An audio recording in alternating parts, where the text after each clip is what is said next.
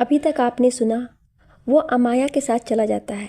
अयान अंजलि से बेल्टन यार अब बाहर चले, मुझे तो लग रहा था कि तुम्हें कोई हरा नहीं सकता है। वो उसके साथ बाहर आती है। रेयान से मिलने के लिए अयान उसके पास आता है। अब आ गई। कोर्ट से बाहर निकलते हुए अंजलि रेयांस को देखती है। वो उसके पास आकर कुछ कहना चाहती थी, लेकिन पता नहीं क्यों उसके कदम वहीं पर रुक गए थे। अयान रेयांस के पास आकर वो उससे बात करने लगा। वो उसकी ओर देखकर समझाते हुए बोला, तुमने अपने ऊपर इतने बड़े झूठे इल्ज़ाम को क्यों एक्सेप्ट किया? अंजलि तुम्हें इन सब से निकालने के लिए ना जाने दिन रात कितनी मेहनत कर रही है, और तुम अपनी ज़िंदगी बर्बाद करने पर क्यों तुले हो? तुम्हें अपना करियर को बनाने में कितनी मेहनत लगी, उसे एक पल में क्यों बर्बाद कर रहे हो? तुम जानते हो इस झूठे इल्ज़ाम से तुम्हें सारी ज़िंदगी जेल में रहनी पड़ सकती है। वो मुस्कुराते हुए बोला, अंजलि से कह दो कि मेरा केस लड़ना छोड़ दे। मुझे सज़ा मिले या फिर मुझे सारी उम्र जेल की सलाखों के पीछे गुजारना पड़े, इन सब से मुझे कोई फ़र्क नहीं पड़ता है। अयान अंजलि चाहती तो मुझसे सच बता सकती थी, तुम्हारा सच, लेकिन सिर्फ मेरी वजह से। वो चाहती ही नहीं कि मैं उसकी ज़िंदगी में वापस आऊँ। इंसान चाहे तो अपनी किस्मत बदल सकता है, लेकिन तकदीर सिर्फ उस ऊपर वालों के हाथों में होती है। मेरी लाइफ में ऐसा भी टाइम था जब मेरे पास कुछ भी नहीं था, लेकिन अंजलि का प्यार और उसका साथ था। मैंने उससे हमेशा साथ रहने का प्रॉमिस किया था, लेकिन आज मेरे पास सब कुछ है, लेकिन फिर भी एक खालीपन है, अकेला हूँ। मैंने अंजलि को ये कहकर छोड़ दिया कि प्यार का क्या है, वो कभी ना कभी मिल ही जाता है, लेकिन मुझे उसके जैसा प्यार कभी नहीं मिला। मैं इतना बदकिस्मत कैसे हो गया? खैर छोड़ो, मुझे पुलिस स्टेशन जाने में देर हो रही है। वो पुलिस की जीप में बैठकर चला गया। अंजलि अयान के पास आकर उससे कहती है, क्या हुआ? तुम दोनों क्या बात कर रहे थे? अयान, मुझे इस तरह क्यों देख रहे हो? देख रहा हूँ कि तुम्हारा दिल इतना बड़ा कैसे है। तुम्हारे मन में उस इंसान के लिए इतनी हमदर्दी है तो क्यों है? क्या अब भी तुम उसे? मैं कुछ भी नहीं बताना चाहती हूँ अभी। मुझे अभी कहीं जाना है। तुम अपने घर जाओ अयान। इतना कहकर वो आगे बढ़ जाती है। अयान अपने मन में, आई एम सॉरी अंजलि, मैंने तुमसे मजाक मजाक में ही पूछ लिया था कि तुम्हें मुझ जैसे लड़के से कभी प्यार क्यों नहीं हुआ था, लेकिन मुझे जवाब मिल गया है। मेरे यहाँ रहने से कोई फ़ायदा नहीं है। मैं कल शाम को चला जाऊँगा। सिर्फ तुम्हें इस केस को जीतते हुए देखना चाहता हूँ। उसके बाद तुम्हें मेरी कभी परछाई भी नज़र नहीं आएगी। इतना दूर चला जाऊँगा। आई एम सॉरी आरो, लेकिन अब मैं आपके साथ नहीं रह पाऊँगा। अंजलि फिर उसी बीच पर आकर बैठ गई थी।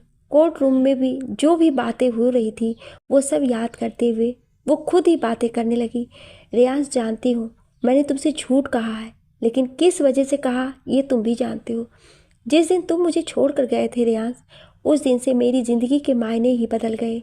कभी सोचा नहीं थी कि मेरी ज़िंदगी यूं पल में इस मोड़ पर आ जाएगी, जहाँ से मुझे सिर्फ अपनी मौत नज़र आ रही थी, तो दूसरी तरफ ज़िंदगी। मैंने तुम्हारे बिना जीने के बारे में कभी सोचा ही नहीं था। सब कुछ बेवजह से लगने लगे। खुशियाँ, दर्द, आंसू, सबके मतलब ही बदल गए थे। लेकिन मैं क्या करती? तुम्हारे बिना जीना तो सीख लिया मैंने, लेकिन तुम्हारी यादें मेरा पीछा नहीं छोड़ रही थी। अपने पापा को बचपन में ही खो दिया था। एक पिता का प्यार एक बच्चे की ज़िंदगी में क्या मायने रखते हैं, ये मुझसे बेहतर कौन समझ सकता है। अपने बच्चे को कैसे बताती कि उसका पिता तो उसके बारे में कुछ जानता ही नहीं। सच कहूँ तो उस दिन मुझे एहसास हुआ कि तुम्हें कभी मुझसे प्यार था ही नहीं। अगर होता तो तुम मुझे यूँ छोड़कर कभी जाते ही नहीं। लेकिन फिर भी मैंने तुम्हारे आने का इंतज़ार किया कि कभी तो तुम्हें मेरी याद तुम्हें मेरे पास आने पर मजबूर कर देगी, लेकिन तुम नहीं आए। मैं तुम्हारे पीछे पीछे मुंबई भी आ गई। मैंने तुम्हें देखा, लेकिन तुम मेरे रियांश नहीं बल्कि सुपरस्टार रियांश कपूर बन चुके थे। अपनी ही दुनिया में तुम मशगूल थे।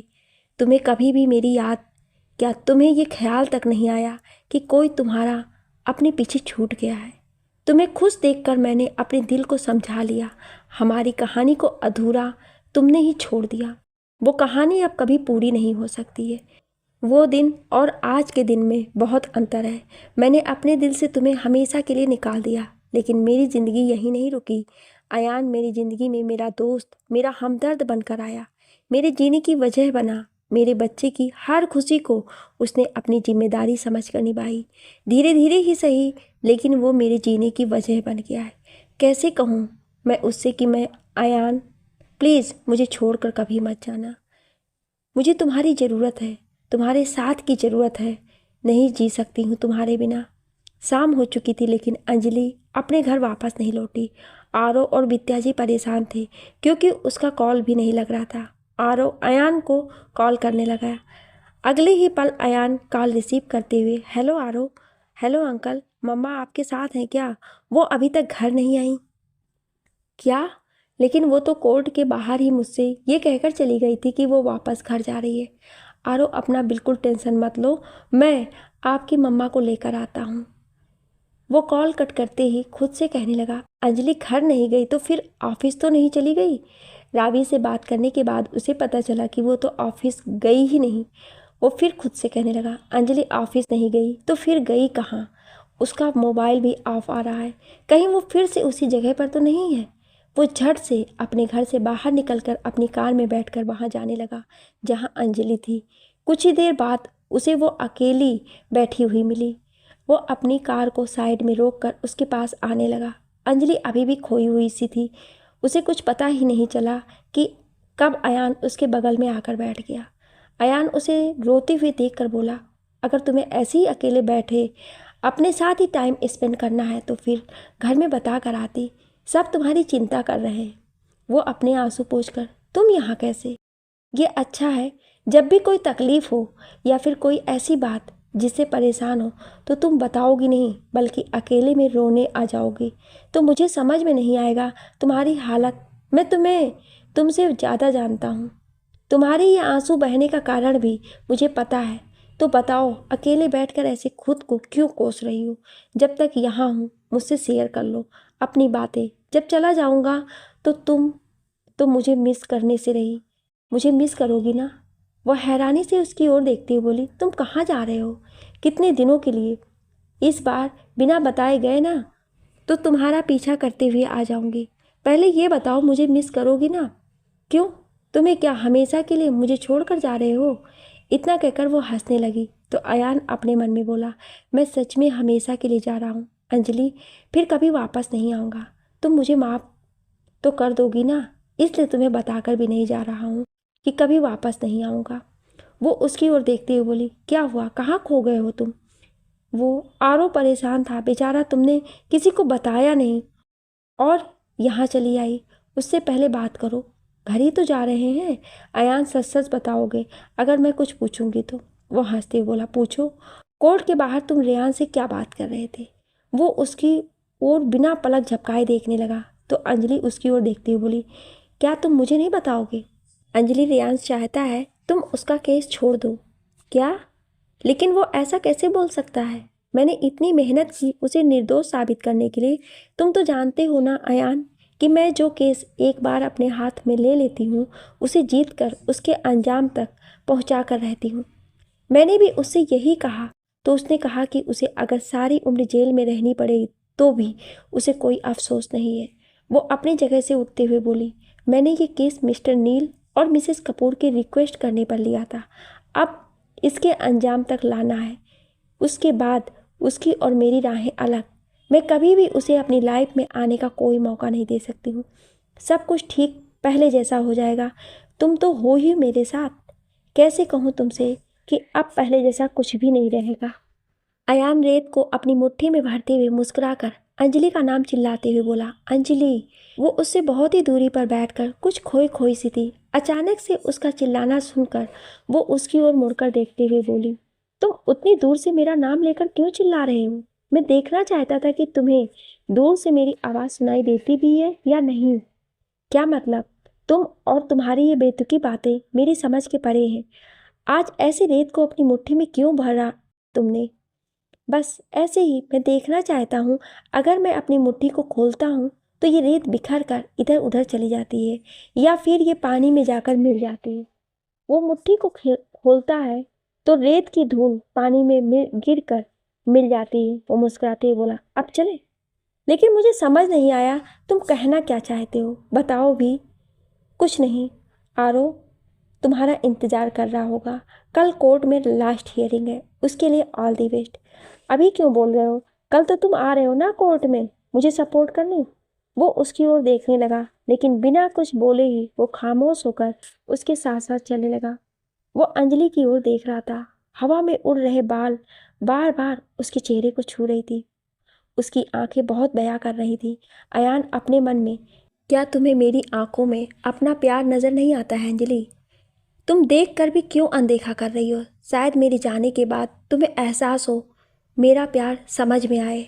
मैं जब तुमसे पहली बार मिला तो मुझे नहीं पता था कि तुम्हारा पास्ट कैसा था, कौन बदनसीब था जिसने तुम्हें छोड़ दिया। लेकिन अब तो मैं तुमसे कुछ भी नहीं कह सकता हूँ। मैं तुम्हारी ज़िंदगी में एक दोस्त बनकर आया तो सही, लेकिन दोस्त बनकर ही नहीं रह सका। मुझे माफ़ कर देना। मेरी और तुम्हारी दोस्ती के बीच मेरा प्यार आ रहा है और मैं इस गिल्ट के साथ तुम्हारे साथ नहीं रह सकता, क्योंकि मैं जब भी तुम्हें देखता हूँ तो मुझे ये लगता है कि तुम्हें मुझसे प्यार क्यों नहीं हुआ है। मेरा ये एक तरफा प्यार शायद मेरे जीने की वजह बने। उसे इतने शांत देखकर अंजलि को बहुत ही अजीब सा लगा। वो उसके सर पर हाथ रखकर छूते हुए बोली, तुम ठीक तो हो ना? हाँ, मुझे क्या हुआ?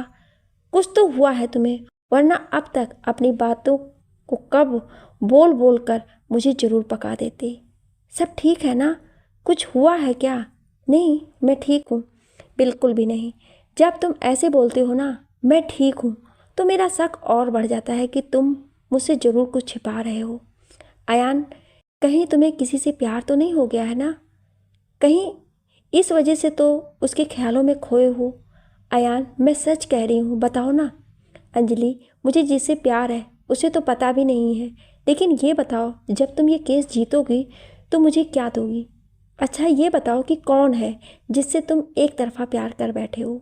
मैं तुम्हें उस लड़की का साथ जिंदगी भर निभाने के लिए उसका साथ तुम्हें सौंप दूंगी। वो नहीं मानेगी। अच्छा, उसके बारे में कल बताता हूँ। अब सच में देर हो गई है, रात होने वाली है। अब तुम अपने केस पर कंसंट्रेट करो।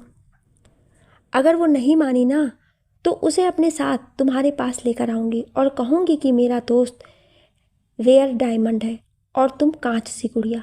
वो तुम्हें ज़िंदगी भर संभाल कर झेल सकता है। इतना बोलकर वो हंसने लगी तो अयान भी मुस्कुराते हुए उसकी ओर देखने लगा। दोनों घर आ गए थे। आरो अपनी मम्मा को देखकर अयान के गले लगकर वो बोलने लगा, thank you so much uncle, आप मेरी मम्मा को लेकर आए। लेकिन मम्मा गई कहाँ थी? आपकी मम्मा वापस तो आ गई ना? हाँ मम्मा, मैं आपके लिए पानी लेकर आता हूँ। वो अपने पास उसे बुलाते हुए बोली, बेबी आपका होमवर्क हो गया ना? अगर नहीं तो आप स्टडी करने जाओ, मम्मा आ रही है। माँ, आप भी ना बेवजह इतनी चिंता क्यों करती हैं? आप, मैं कहीं नहीं गई थी, आप आराम करने जाइए, मैं कॉफ़ी बनाती हूँ। आरो उसकी बात सुनकर अपनी नानी के साथ अंदर चला गया। अंजलि किचन में आती है और कॉफ़ी बनाने लगी। तभी अयान भी उसके पीछे पीछे किचन में आता है। उसके पीछे खड़े होकर बोला, ये कुकीज़ तुमने बनाए हैं? वो उसे बिना देखे ही बोली, बोल तो ऐसे रहे हो जैसे पहली बार खा रहे हो। सारा डिब्बा तुम और आरो मिलकर खा जाते हो। मुझे ना तुम बिल्कुल बच्चे जैसे लगते हो। तुम बड़े कब हो गए अयान? ये बच्चों वाली हरकत छोड़ क्यों नहीं देते हो? इतना कहते हुए वो जैसे ही उसकी ओर मुड़ती है कि उसका पैर फिसल जाता है। वो गिरने ही वाली होती कि अयान उसे अपनी बाहों में भरते हुए उसका हाथ पकड़कर अपने सीने से लगा लेता है। अंजलि की धड़कनें तेज रफ्तार से धड़कने लगी। अयान का हाल भी कुछ इसी तरह था। आज से पहले दोनों ने इस तरह से कभी एक दूसरे के इतने करीब नहीं थे। अंजलि अपनी आंखें बंद कर लेती है। अयान मुस्कुराते हुए अपने मन में सोचते हुए, आज पहली बार तुम मेरे इतने करीब हो। तुम्हारी धड़कनों को सुन रहा हूँ, तुम्हारी सांसों को महसूस कर रहा हूँ। आज पहली बार तुम्हें मैंने अपने गले से लगाया, लेकिन तुमसे अलग क्यों नहीं हो पा रहा हूँ। प्लीज़ थोड़ी देर तक ऐसे ही रहो, प्लीज़ मुझसे अलग मत हो। तभी अचानक से वो उससे अलग होते हुए अपनी नज़रें झुकाए हुए थी। वो उससे धीरे से कहती है, अयान तुम बाहर जाकर बैठो, मैं कॉफ़ी लेकर आती हूँ। अयान उसकी बातों को सुनकर सॉरी, वो उसकी सॉरी वर्ड्स को सुनकर बोली, व्हाट सॉरी? फ्रेंडशिप में कोई सॉरी कोई थैंक यू नहीं। ये रूल तुम्हें फिर से याद दिलानी पड़ेगी मुझे। तुमने मुझे गिरने से बचाया है, उसके लिए मैं तो तुम्हें थैंक यू भी नहीं बोल सकती हूँ। अब जाओ। मैं कॉफ़ी और ये कुकीज़ लेकर आ रही हूँ। वो बाहर आकर सोफे पर बैठकर टीवी देखने लगा। न्यूज़ चैनल पर रेयांश और अमाया के बारे में ही दिखाया जा रहा था। अंजलि कॉफ़ी का मग उसे देते हुए टीवी की ओर देखते हुए बोली, इतने गौर से न्यूज़ चैनल कब से देखने लगे तुम? जब से तुमने सुपरस्टार रेयांश कपूर का केस लिया है। ओह, तो ये बात है। मुझे लगा तुम और न्यूज़ चैनल। वैसे क्या देख रहे हो? तुम्हारे क्लाइंट के बारे में दिखाया जा रहा है। सबके होठों पर एक ही सवाल, क्या सुपरस्टार रेयांश कपूर इनोसेंट है या फिर गिल्टी है? वो कॉफ़ी पीते हुए बोली, वो तो जज साहब ही बताएंगे कौन गिल्टी है और कौन इनोसेंट है। आप कॉफ़ी पियो जल्दी से, मुझे बहुत ज़रूरी काम करना है। लेकिन मैं आरव के पास जा रहा हूँ। अंजलि, क्या मैं आज की रात आरव के साथ टाइम स्पेंड करना चाहता हूँ। उसके साथ अपनी यादें बनाना चाहता हूँ। बहुत याद आएगी उसकी मुझे। क्या हो गया है तुम्हें? तुम सच में जा रहे हो क्या? बहुत हो कर लिया मजाक, अब कॉफ़ी पियो जल्दी। तुम इतने कन्फ्यूजन कैरेक्टर क्यों हो? कभी कभी मुझे समझ नहीं आता है। ठीक है, जाओ उसके पास। वैसे भी उसे तुम्हारी इतनी आदत हो गई है कि अब तो मुझे भी डर लगने लगा है। लेकिन एक बात की खुशी है और मैं टेंशन फ्री हूँ कि तुम ही तो हो उसके साथ। और वो उसकी बातें सुनकर आरव के कमरे में चला जाता है। वो उसे स्टडी करते हुए देखकर बोला, आरव, अयान अंकल आप आइए। तुम कुछ टेंशन में हो? किससे बात कर रहे थे? अपनी फ्रेंड मिनी से? अंकल, मैं आपसे एक बात पूछूं? क्या आप हमारे साथ हमारे घर में एक साथ फैमिली बनकर नहीं रह सकते हैं, मेरे पापा बनकर? वो उसकी बातें सुनकर उसकी ओर देखते हुए बोला, चाहता तो मैं भी हूँ कि हम सब एक साथ फैमिली बनकर रहें। मैं भी आपके साथ खेलना चाहता हूँ, रहना चाहता हूँ आपके साथ, आपकी मम्मा के साथ, एक स्वीट एंड हैप्पी फैमिली बनकर। लेकिन ये पॉसिबल नहीं है बेटा, क्योंकि आपकी मम्मा और मैं कभी साथ नहीं रह सकते हैं। मुझे यहाँ से चले जाना चाहिए, इसी में उसकी भलाई है। और आप तो हो ही मेरे चैम्प। तो बोलो, मेरे जाने के बाद मुझे भूलोगे तो नहीं? वो सुनकर रोने लगा और रोते हुए उसके गले लग गया। अयान उसे चुप कराते हुए बोला, आरो, आप तो गुड बॉय हो ना, तो मुझसे एक प्रॉमिस करोगे?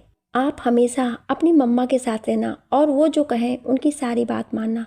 बोलो, करोगे ना ऐसा? यस। लेकिन आप मत जाओ ना अंकल, आप मेरे पापा नहीं बनना चाहते हो तो मैं आपको कभी भी नहीं कुछ कहूँगा, लेकिन आप ऐसे छोड़कर मत जाओ। रात के 11 बजे के लगभग अयान आरो के साथ लेटा हुआ था, लेकिन उसकी आंखों से नींद गायब थी। वो बाहर आकर देखता है अंजलि के रूम की लाइट अभी भी ऑन है। इसका मतलब वो अब भी अपने काम में बिजी है। वो उसके रूम के बाहर नॉक करने लगा। वो उसकी ओर देखते हुए, तुम ऐसे अंदर आओ। क्या हुआ, नींद नहीं आ रही है क्या? तुम्हें कैसे पता? मुझे पता है, क्योंकि मुझे सब कुछ पता होता है। बैठो भी। ये देखो, मुझे सारे एविडेंस रावी ने सेंड किए हैं। ये सीसीटीवी फुटेज होटल रूम के बाहर की है। हाँ, तुम कुछ बोल रहे थे ना? नहीं, बस ऐसे ही, मुझे नींद नहीं आ रही थी इसलिए आ गया। अंजलि, मुझे तुमसे कुछ कहना है। अभी नहीं अयान, बहुत रात हो गई है, मुझे नींद आ रही है। Good night, good night. Ayaan उसके रूम से बाहर आकर आरव के रूम में आ जाता है। रात बीत चुकी थी। अंजलि अपने बेटे के रूम में उसे जगाने जाती है, लेकिन उसे बेड पर अकेला सोए हुए देखकर वो उसके पास आते ही बोली, ये अयान इतनी सुबह चला गया, वो भी मुझे बताए बिना? उसे तो मुझसे बात करनी थी ना। तो फिर आजकल ये कुछ अलग सा बिहेव क्यों कर रहा है? आज कोर्ट के बाहर उसे मिलकर उसे सब कुछ बता दूंगी और अपने दिल की बात भी, क्योंकि अब कुछ भी हो, मैं कैसे छिपा सकती हूँ अपनी फीलिंग? या फिर उससे जानने की कोशिश करूँगी कि उसके दिल में मेरे लिए कोई फीलिंग है भी या नहीं। ये सारी बातें करते हुए वो आरव को जगाने लगी। वो बेड से उठकर सीधे अंजलि की गोद में बैठ जाता है और मुस्कुराते हुए, good morning mamma. Good morning baby. अब जल्दी से रेडी हो जाओ, मुझे कोर्ट भी जाना है। आप नानी के साथ यहीं रहना, आज देर नहीं होगी, मैं टाइम पर घर आ जाऊंगी। उसके बाद आप जहाँ कहोगे मैं आपको लेकर जाऊंगी। आपको जो कुछ भी चाहिए सब कुछ मिलेगा, प्रॉमिस? हाँ प्रॉमिस। तो बोलो क्या चाहिए? आप पहले जाओ, उसके बाद आपके वापस आने के बाद बताऊंगा। गुड बाय, मैं तैयार होने जा रही हूँ। इतना कहकर वो अपने रूम में तैयार होने चली जाती। कुछ देर बाद वो बाहर आकर अपनी माँ की ओर देखते हुए बोली, माँ, मैं कोर्ट जा रही हूँ, अंजलि, तुम मेरे पास 5 मिनट के लिए बैठकर बातें तो कर सकती हो ना। वो उनकी बातों को सुनकर थोड़ी सी इमोशनल होते हुए अपने मन में, आज ऐसा भी क्या हो गया है जो मेरी माँ मुझसे बात करने के लिए 5 मिनट का वक्त मांग रही है मुझसे। हम एक ही घर में रहते हैं, उसके बावजूद भी मैं कभी भी बैठकर उनसे जी भर कर बात भी नहीं कर सकी। वो उनके पास बैठते बोली, मैं 5 मिनट क्या, आपके पास ही तो हूँ, आप बोलो क्या बात बतानी है मुझे। वो उसकी ओर देखते हुए बोली, क्या तुम सारी उम्र अकेले ही गुजारनी है? कभी तो अपने बारे में सोचो। मैं आज हूँ, कल नहीं। मैं तो हमेशा तुम्हारे पास नहीं रहने वाली हूँ ना। क्या तुम मेरी ये बात नहीं मान सकती हो?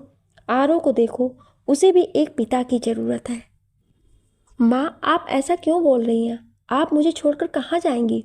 और वैसे भी अयान तो है ना। अच्छा माँ, मुझे देर हो जाएगी कोर्ट जाने में, शाम को आकर बात करती हूँ। वो अपनी माँ और अपने बेटे को बाय बोलकर रावी के साथ वहाँ से कोर्ट के लिए निकल पड़ी।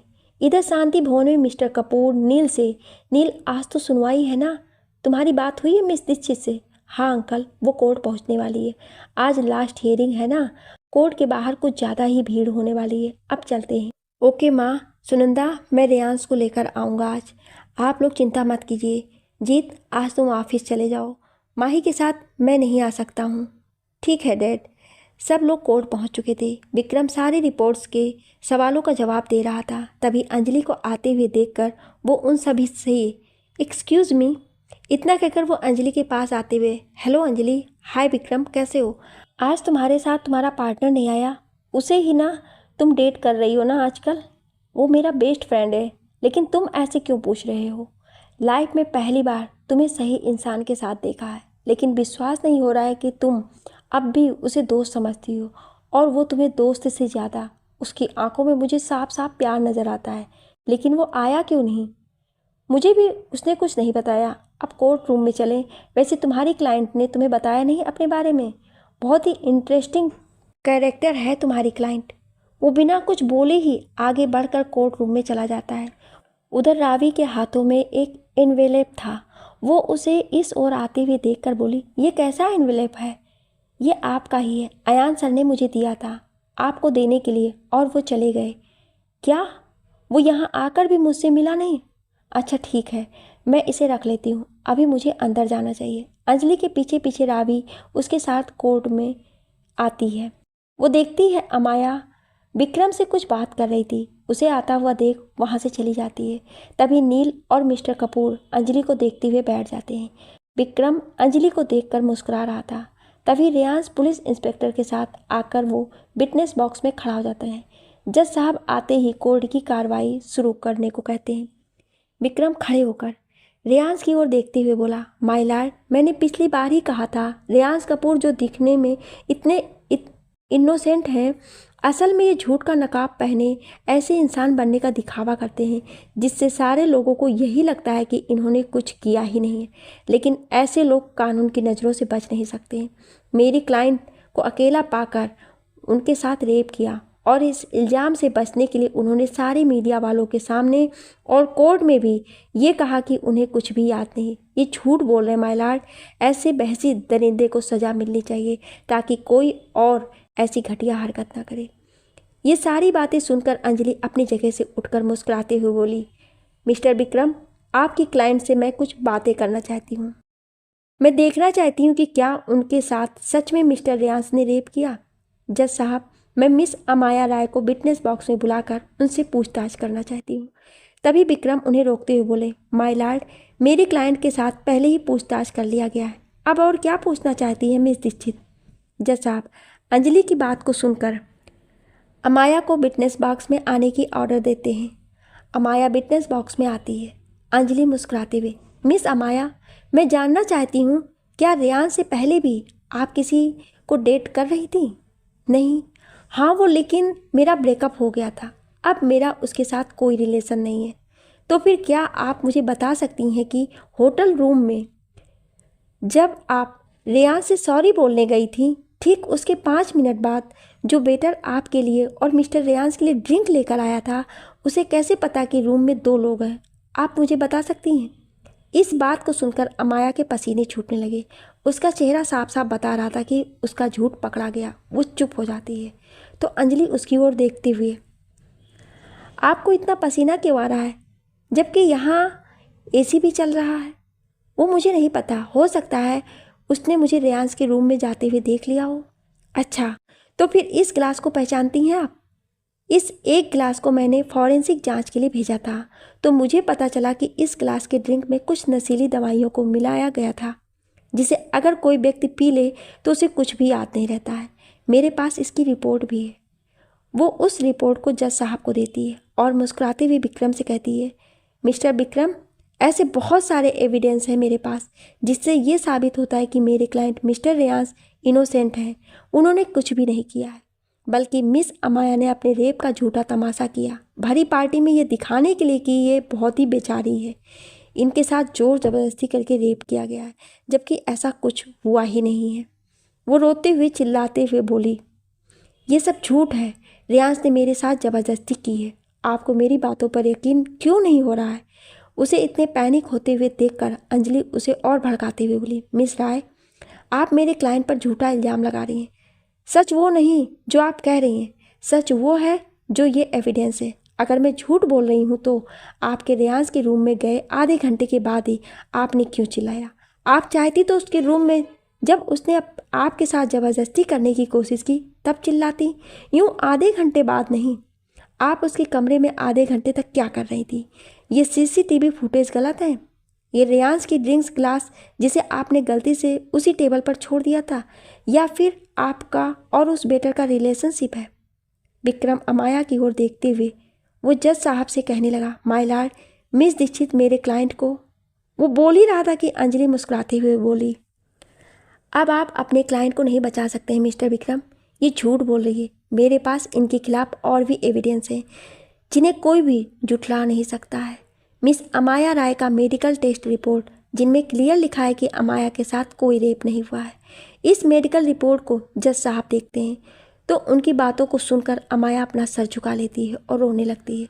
तभी अंजलि अमाया की ओर देखते हुए बोली, मैं सही कह रही हूँ ना मिस अमाया? आपने मेरे क्लाइंट पर ये इतना बड़ा झूठा इल्ज़ाम क्यों लगाया? आखिर क्या दुश्मनी थी आपकी इनके साथ? वो रोते हुए जज साहब को देखते हुए, जज साहब, मैंने जानबूझकर रेयांश पर यह इल्ज़ाम लगाया ताकि इसे सज़ा हो और इसकी लाइफ बर्बाद हो जाए, इसका कैरियर ख़त्म हो जाए, इसके फैंस इससे नफ़रत करने लगें। तब इसे समझ में आएगा कि किसी के दिल तोड़ने की सज़ा क्या होती है। मैंने तो इससे सच्चे दिल से चाहा, लेकिन इसने मुझे इनकार कर दिया और जब मैंने इससे अपने प्यार का इजहार किया तो इसने मुझे वहाँ से जलील करके निकाल दिया। तो मैंने इससे बदला लेने के लिए ये सब किया जिससे मेरी हेल्प मेरे बॉयफ्रेंड ने की। I am sorry. उसकी बातें सुनकर अंजलि उसकी ओर देखते हुए बोली, मिस अमाया, आपने बिना कुछ सोचे बिना कुछ समझे इतना बड़ा घिनौना झूठा इल्ज़ाम मिस्टर रेयांश कपूर पर लगा दिया। लेकिन इनकी ओर देखिए, क्या इन्होंने कभी भी आपके साथ बदतमीजी की? जज साहब, जरूरी नहीं है कि एक लड़की ही इन सब चीज़ों का शिकार होती है। कभी कभी लड़के भी इन सब चीज़ों के शिकार होते हैं। लेकिन जब कोई लड़की चीखती चिल्लाती है तो सबको लगता है कि उसके साथ मोलेस्ट किया गया है। कभी लड़के भी मोलेस्टेशन के शिकार हो जाते हैं। उनके इनोसेंट का भी कितने लोग फ़ायदा उठाने की कोशिश करते हैं। मेरे क्लाइंट चाहते तो इन पर मानहानि का केस दर्ज करा सकते हैं।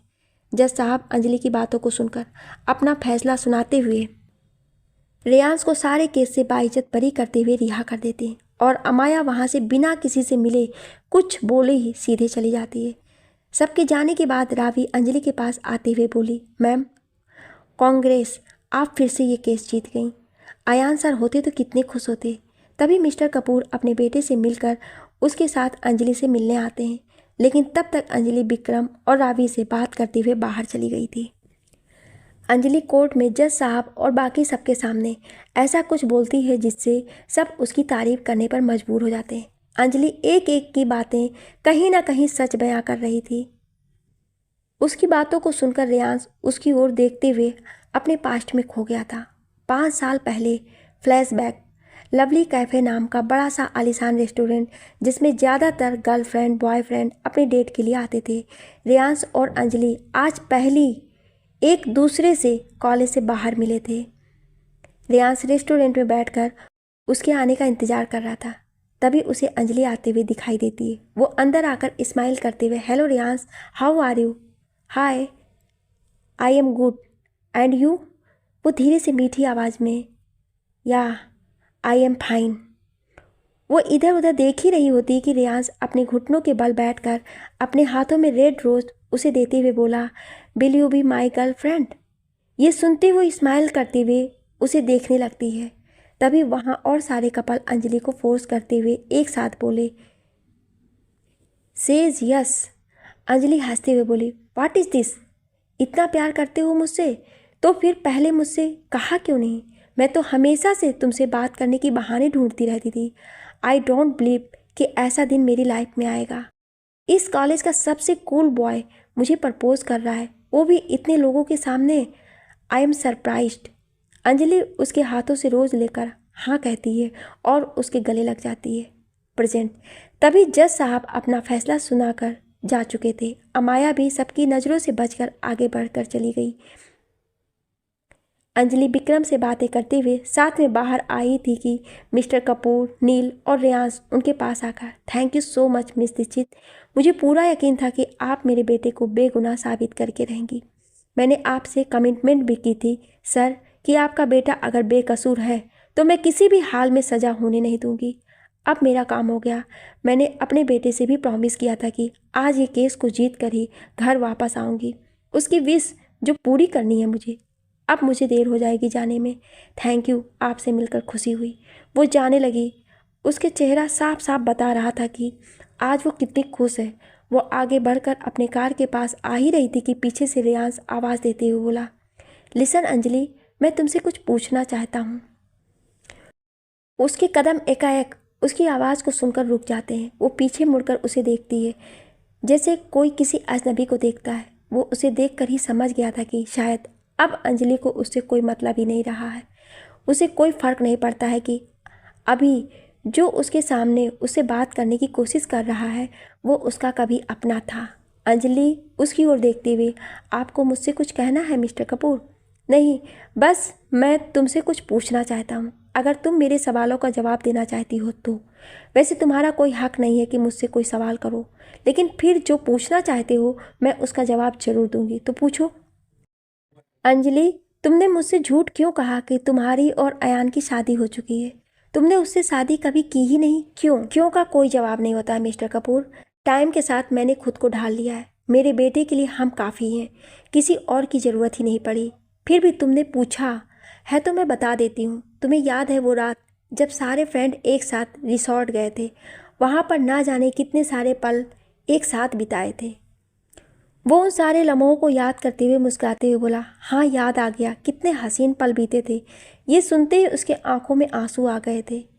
वो फिर भी खुद को संभालते हुए बोली, तुम्हें मेरे याद दिलाने पर सब कुछ याद आया, लेकिन उस रात हमारे बीच जो कुछ भी हुआ वो तो तुम भूल ही गए होगे।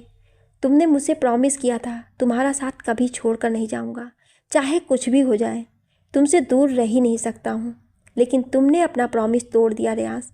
मैं बाबरी सी होकर तुमसे मिलने आ रही थी, तुम्हें गुड न्यूज़ सुनाने, लेकिन तुमने मुझे एकदम से अपनी न्यूज़ सुनाकर शॉक्ड कर दिया। मेरे पैरों तले ज़मीन खिसक गई। तुम चले गए, एक बार भी मुड़कर नहीं देखा तुमने मैं किस हाल में हूँ। तुमने एक बार भी ये तक जानने की कोशिश नहीं की मैं जिंदा हूँ भी या नहीं। अगर जिंदा हूँ तो किस हाल में हूँ। हमारे ब्रेकअप के बाद मैं तो जैसे टूट गई थी, लेकिन मेरी ज़िंदगी में तुम्हारी जगह किसी और ने ले ली। मैं आज भी तुम्हारे साथ बिताए हुए उस लम्हों को सोचकर मुस्कुराती हूँ और अपने बच्चे की ओर देखती हूँ। अगर वो ना होता तो शायद मैं होती ही ना। तुम मेरी लाइफ से कब के जा चुके थे और मैंने ये कहकर तुम्हें भुलाकर माफ़ कर दिया कि तुम मेरे लिए शायद मेरा पहला और आखिरी प्यार थे ही नहीं। ये मुझे तब रियलाइज़ हुआ जब अयान मेरी ज़िंदगी में आया और उसने मुझसे कहा कि जो तुम्हारा है ही नहीं उसे याद करके रोने से क्या मिलेगा। उसे जाना था, वो चला गया। अब तुम अपनी लाइफ में मूव ऑन करो और अपनी लाइफ को एंजॉय करो। आई एम सॉरी, लेकिन अब और कुछ नहीं बोलना चाहती हूँ, मुझे देर हो रही है। रेहान समझ चुका था जिस तरह वो उसे छोड़कर गया, आज उसी तरह अंजलि भी उसे छोड़कर जा रही है। कल उसके पास भी उसे छोड़ जाने की वजह थी। आज अंजलि के पास उसके सवालों के जवाब शायद उसे मिल गया था। फिर भी वो कहता है, तुमने मेरे बिना जीना आखिर सीख ही लिया अंजलि। मुझे खुशी है कि मैं तुमसे दोबारा मिला। तुम्हें कामयाब देखकर मुझे बहुत खुशी हुई। क्या हम फ्रेंड्स बन सकते हैं? नेवर, क्योंकि मुझे किसी की आदत बहुत जल्दी हो जाती है, फिर छूटना बहुत तकलीफ भी होती है। तुम्हारी मंजिल तुम्हारा इंतजार कर रही है। पीछे मीडिया वाले तुमसे सवाल करने आने वाले हैं। वो जाने लगती है तो वो उसे रोकते हुए बोला, अंजलि प्लीज़ मेरी बात सुन लो, मुझसे रूठ कर मत जाओ। रेयांश प्लीज़ ऐसे पैनिक होकर मुझसे बात मत करो। मैं कभी भी तुम्हारी लाइफ में नहीं आ सकती हूँ। ऐसे जिद तो मत करो, क्योंकि अब इससे कोई फ़ायदा नहीं है। कभी तुमने मुझसे वादा किया था कि कभी भी एक दूसरे का साथ नहीं छोड़ेंगी, लेकिन वो सब कुछ ख़त्म हो चुका है। मैं कभी उस रेयांश की थी, लेकिन आज जो सुपरस्टार रेयांश मेरे सामने है उसे मैं नहीं जानती हूँ और जानना भी नहीं चाहती हूँ। अब प्लीज़ मेरा नाम लेकर मत पुकारना। Good bye. अंजलि अपनी कार में बैठकर जाने लगती है। उसकी आंखों में आंसू थे तो रेयांश भी रो पड़ा, क्योंकि आज पहली बार उसे समझ में आया कि उसने सच में अपना सच्चा प्यार खो दिया। उसे रह रहकर अंजलि की वो बीती बातें याद आ रही थी जो उसने कहा था, तुम जाना चाहते हो तो चले जाओ, लेकिन तुम्हें कभी सच्चा प्यार नहीं मिलेगा। इस बात को याद करते हुए वो वहीं घुटने के बल बैठकर रोने लगा। तभी उसके शोल्डर पर नील हाथ रखते हुए बोला, जो हमारी लाइफ में सबसे इम्पॉर्टेंट होते हैं ना रेयांश, उसके जाने के बाद ही हमें उसकी अहमियत पता चलती है। तुमने खुद उसे अपनी लाइफ से निकाल चुके थे, तो आज ये आंसू क्यों? दिल में दबी हुई मोहब्बत फिर से जाग उठी। संभालो खुद को और चलो, तुम्हारे डैड तुम्हारा इंतज़ार कर रहे हैं। लाइफ कभी कभी हमें ऐसे हालातों से और ऐसे लोगों से सामना करवाती है जिससे हमें बहुत कुछ सीखने को मिलता है। कभी खुद को आजमाने का इंतज़ार रहता है। वो वक्त आता तो है, लेकिन ऐसे बीत जाता है जैसे वो पल अब दोबारा आएगा ही नहीं। अंजलि अपनी ज़िंदगी में बहुत आगे बढ़ चुकी थी। वो दोबारा से उस इंसान पर भरोसा नहीं करना चाहती थी जिसने उसे एक बार बिना वजह छोड़कर चला गया। फिर कैसे यकीन हो उस पर कि वो दोबारा छोड़कर नहीं जाएगा? गारंटी तो किसी भी चीज़ की नहीं होती है। ये तो फिर भी वादे हैं जो अक्सर हमसे करते हैं वही तोड़ देते हैं। ये मुलाकात भरी मोहब्बत, प्यार, इंतज़ार, फिर इजहार, फिर एक वक्त आता है जब जो सबसे ज़रूरी होता है एक दूसरे के साथ रहकर सारी उम्र उससे जो वादा किया था वो पूरी करना, पूरी शिद्दत के साथ। लेकिन ऐसा नहीं हो पाता है। ऐसे बहुत से लोग होते हैं जो सपने तो देख लेते हैं, लेकिन कभी उनकी मजबूरी उन्हें इन सब से दूर कर देती है, तो कभी वो खुद उनसे दूर हो जाते हैं। आज सालों बाद जब मैंने उसे देखा तो मुझे ऐसा लगा जैसे रेगिस्तान में बारिश की बूंदें बरस पड़ी हैं और वो सूखी और प्यासी धरती की प्यास बुझ चुकी है। लेकिन जब मैंने तुम्हें अयान के साथ देखा तो मुझे ऐसा लगा कि जैसे बारिश होने वाली है, लेकिन बादल छट चुके हैं, उसे बरसने से रोक दिया है। जब मुझे पता चला कि तुमने अभी तक शादी नहीं की तो मेरा मन किया कि तुम्हें अपने गले से लगाऊं, तुम्हें अपने दिल का हाल बयां करूं, तुम्हारी सारी शिकायतें सुनूं, तुम्हारी नाराज़गी दूर करूं, तुम्हारे कड़वे बोल को सुनकर अपने अंदर समेट लूं। लेकिन अब शायद ऐसा कभी नहीं होगा। अब शायद तुम कभी भी मेरे पास नहीं आओगी। अब तुम कभी भी मुझे देखना नहीं चाहती हो। ये मेरी सज़ा है तो मुझे खुशी है।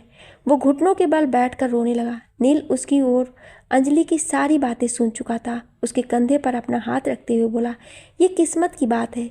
जब वो तेरी ज़िंदगी में थी तूने उसकी कदर नहीं की। आज उसे खोने के बाद तुझे उसकी अहमियत का पता चला। तुम्हारे डैड तुझे बुला रहे हैं, मीडिया वाले तुमसे कुछ पूछना चाहते हैं। चलो, हाँ तुम जाओ, मैं आ रहा हूँ।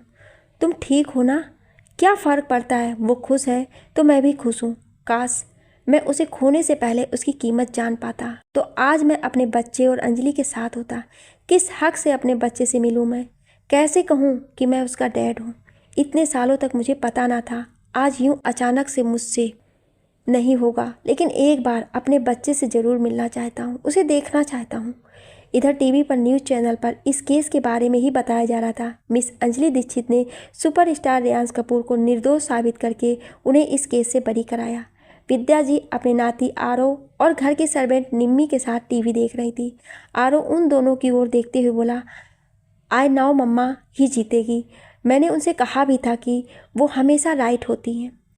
उसकी बात सुनकर सबके होठों पे मुस्कान आ जाती है। अंजलि अपनी कार की रोड के साइड में रोककर अयान को कॉल लगाने लगी। लेकिन तभी उसे याद आता है कि रावी ने उसे इन्वेलॉप दिया था। वो उसे निकालती है तो उसमें लेटर था। वो लेटर को पढ़ने लगी। डियर अंजलि, सॉरी, जानता हूँ तुम्हारा साथ छोड़कर जा रहा हूँ मैं हमेशा के लिए, लेकिन अगर तुम्हें बताता कि मैं हमेशा के लिए मॉम और डैड के पास जा रहा हूँ तो तुम जाने नहीं देती। तुमसे मिलकर जाने की हिम्मत नहीं हुई मेरी। तुम्हारी और मेरी फ्रेंडशिप के बीच मेरा प्यार आ रहा था, मेरा एक तरफा प्यार, ये जानते हुए भी कि तुम तो मुझे सिर्फ अपना बेस्ट फ्रेंड समझती हो। अगर तुमसे अपने प्यार का इजहार भी करता तो अपनी फ्रेंड को खो बैठता। और ये बात भी सच है कि मैं तुम्हें किसी और का होते हुए भी नहीं देख सकता था। मजबूर हूँ मैंने तुमसे पूछा था ना कि तुम मुझे मिस करोगी, तो तुमने कुछ कहा ही नहीं। तो मैं समझ गया कि तुम्हारे दिल में मेरे लिए कोई फीलिंग नहीं है। आरो को मैंने ऑलवेज अपने बच्चे की तरह प्यार किया, क्योंकि वो इतना प्यारा है कि कभी कभी मुझे ऐसा लगता है कि मैं उसका डैड क्यों नहीं हूँ। लेकिन मेरी किस्मत में तुम नहीं हो। ये लेटर मैं तुम्हें सुबह ही दे देता, लेकिन तुमसे मिलना तो फिर जाने के बाद दिल नहीं करता। इसलिए कोर्ट के बाहर मुझे रावी मिली, मैंने उसे दे दिया। तुम इस केस को ज़रूर जीतोगी, इस बात का यकीन तो मुझे पहले से ही था, लेकिन तुम्हारे साथ इस जीत की जश्न में शामिल नहीं हो पाऊंगा, क्योंकि आज शाम को मेरी फ़्लाइट है। मैं ऑस्ट्रेलिया हमेशा के लिए जा रहा हूँ। Good bye, sorry and I miss you so much. तुम्हारा बेस्ट फ्रेंड अयान। अंजलि इस लेटर को पढ़ने के बाद रोते हुए अपनी वॉच की ओर देखते हुए रावी को कॉल करने लगी। रावी कॉल रिसीव करते हुए, हेलो मैम, कांग्रेचुलेसन, वो हड़बड़ाते हुए बोली। रावी, क्या तुम्हें पता है अयान की फ़्लाइट कितने बजे की है? हाँ, मैं अभी अभी उन्हें एयरपोर्ट छोड़कर आई हूँ। उनकी फ़्लाइट में अभी 30 मिनट बाकी हैं। हाँ, मैं अभी अभी उन्हें एयरपोर्ट छोड़ कर आई हूँ। उनकी फ़्लाइट में अभी 30 मिनट बाकी है। Okay, thank you so much. इतना कहकर वो कॉल कट करने के बाद वो अपनी कार में बैठकर एयरपोर्ट जाने के लिए निकल पड़ी। आज कार की स्पीड इतनी तेज़ थी कि उसका बस चले तो वो उड़कर अयान के पास चली जाए और उसे रोक ले, लेकिन रोड पर ट्रैफिक जाम की वजह से उसे हर बार रुकना पड़ रहा था। वो अपने आप से, आज ये इतनी ट्रैफिक क्यों है? मैं अगर नहीं गई तो वो हमेशा के लिए चला जाएगा। फिर मैं क्या करूँगी? उसके बिना एक पल भी नहीं रह सकती हूँ मैं। कैसे जाऊँ जल्दी उसके पास? Please God help me. जब तक मैं ना पहुँचूँ तब तक वो वहीं रहे। ट्रैफिक सिग्नल ग्रीन होने के बाद वो कार की स्पीड और बढ़ाती हुई जा रही थी। लगभग 20 मिनट के बाद वो एयरपोर्ट पर पहुंच गई। अपनी कार से जल्दी से उतरकर वो अंदर जाने लगी। अंदर वेटिंग रूम में बैठा हुआ अयान अपने फ़्लाइट के आने का इंतज़ार कर रहा था। इतनी भीड़ थी कि अंजलि अंदर नहीं जा पा रही थी कि अचानक उसे अंजलि की आवाज़ सुनाई देती है, अयान। एक पल के लिए उसे लगता है कि उसके कान बज रहे हैं, इसलिए वो ध्यान न देकर अपने मोबाइल में अंजलि और आरो की पिक्चर को देखने लगा। फिर उसे इस बार अपना नाम सुनाई देता है, अयान, तुम यहीं हो ना? मुझे पता है तुम मुझे सुन रहे हो। वो पीछे मुड़कर देखता है तो अंजलि बाहर से उसका नाम लेकर चिल्ला रही थी। वो उसे इस तरह देखकर शॉक्ड हो जाता है और उसके पास आने लगता है। अंजलि दौड़कर उसके पास आकर उसे देखकर रोने लगती है और रोते हुए कहती है, आखिर तुमने मुझे समझ क्या रखा है? इस तरह मुझे छोड़कर कैसे जा सकते हो तुम? तुमने एक बार भी नहीं सोचा कि अगर तुम ऐसे चले गए तो मेरा क्या होगा? तुम मुझे आज तक नहीं समझ सके अयान। तुम मेरी ज़िंदगी में मेरे दोस्त बनकर आए, लेकिन दोस्ती से बढ़कर तुमने हमेशा मेरा साथ दिया। तुमने ये नहीं सोचा कि मेरे लिए मेरी लाइफ में अगर सबसे ज़्यादा किसी की ज़रूरत है तो वो तुम्हारी ज़रूरत है। क्या तुम्हें मुझे देखकर एक बार भी ऐसा नहीं लगा कि मैं तुम्हें चाहने लगी हूँ? मेरी लाइफ में मेरा एक ही बेस्ट फ्रेंड काफ़ी है, वो भी तुम। तो फिर मुझे किसी और की क्या ज़रूरत थी? मैं अपने दिल का हाल कैसे बताती तुम्हें कि मैं तुमसे प्यार करती हूँ? तुम जब चाहे मेरी लाइफ में आ सकते हो और जब चाहे तब जा सकते हो। तुमने मुझे बहुत हर्ट किया अयान। मैंने कभी नहीं सोचा था कि तुम ऐसे मुझे छोड़कर अपने दिल का कैसे बताती तुम्हें, क्योंकि मैं एक लड़की होने के साथ साथ एक माँ भी हूँ। लेकिन तुम्हारे बिना शायद मैं कुछ भी नहीं। आज तक मैंने सिर्फ तुमसे प्यार किया। इतना कहकर वो और रोने लगी। आसपास के मौजूद सारे लोग उन्हीं दोनों को देख रहे थे। अयान उसकी ओर देखते हुए बोला, आई एम सॉरी। व्हाट? सिर्फ सॉरी? अब भी ऐसे ही तुम रहोगे, कुछ नहीं कहोगे?